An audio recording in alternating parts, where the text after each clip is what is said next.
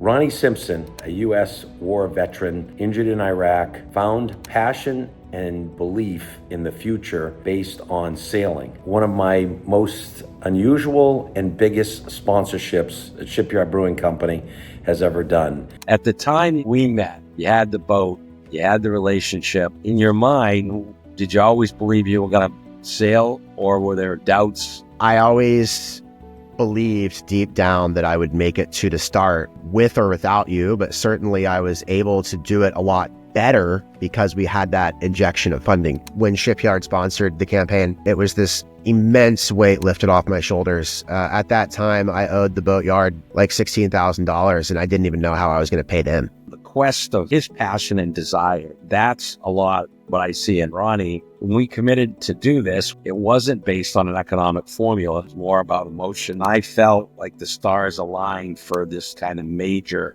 commitment.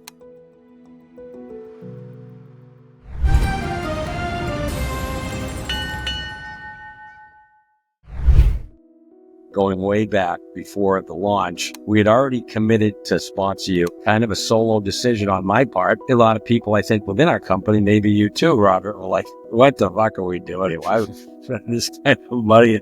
But over time, a lot of people bought into, okay, this is exciting. When I look back on the videos and think back what was going on at different times, you'd wake up and see that little map and you'd try to find Shipyard Brewing on the map and stuff.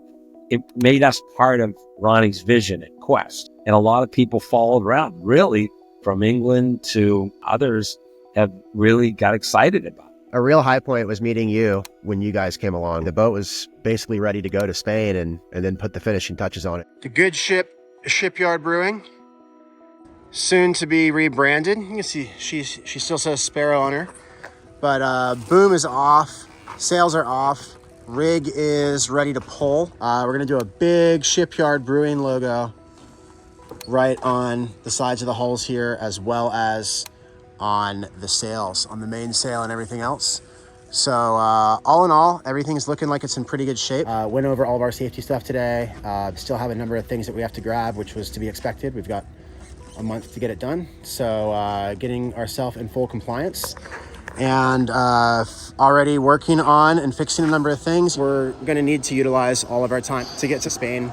Good evening from Shipyard Brewing, the Open 50. We are on our what should be our second to last sunset before getting to A Coruña, Spain. It's been a great trip and really excited to be coming into Spain and get ready for the Global Solo Challenge. Once I got to Spain, we spent 50 grand in 5 weeks in Spain. And that was like, staying in a cheap Airbnb and eating cheap food. Like we weren't, on the town every night. Like we were very, very efficiently spending money, but it's an expensive endeavor. Starting the race was a big high point. It was always a challenge to make it to the start, especially in light of not having enough funding. But I mean, we were going to get there, either way. You let people in a unique way. When you were getting ready to take off, it seemed like you guys were all very much comrade. Everybody wore the Shipyard shirts, and it was kind of fun to get that picture sent back. And then the wind's howling like at 50, 60 knots, raining sideways. Things were very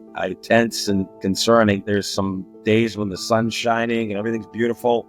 And then other days where, you're hitting rough seas and storms. I remember thinking, okay, let's just pray. The weather I had in the South Atlantic was just horrendous, and not a single competitor in the race had that weather except for me. You start and leave Europe in the European winter, and with that you can get big wintertime storms. That's what happened to us when we were leaving. We got delayed by I think 16 hours leaving because there was that huge blow coming in. And then the most variable part of the course is typically the South Atlantic. You get across the doldrums, you get back across the equator, and then because of the time of year, you're probably going to get a big storm front that is going to carry you back into the finish. Oh my God, no matter where you were and what situation, you were able to pull it off. You kept your cool, A lot of times when things look the most bleak, you just got to stick through it because your fortunes are about to change. You just got to keep the faith. Definitely. I enjoyed talking to you as always, my friend.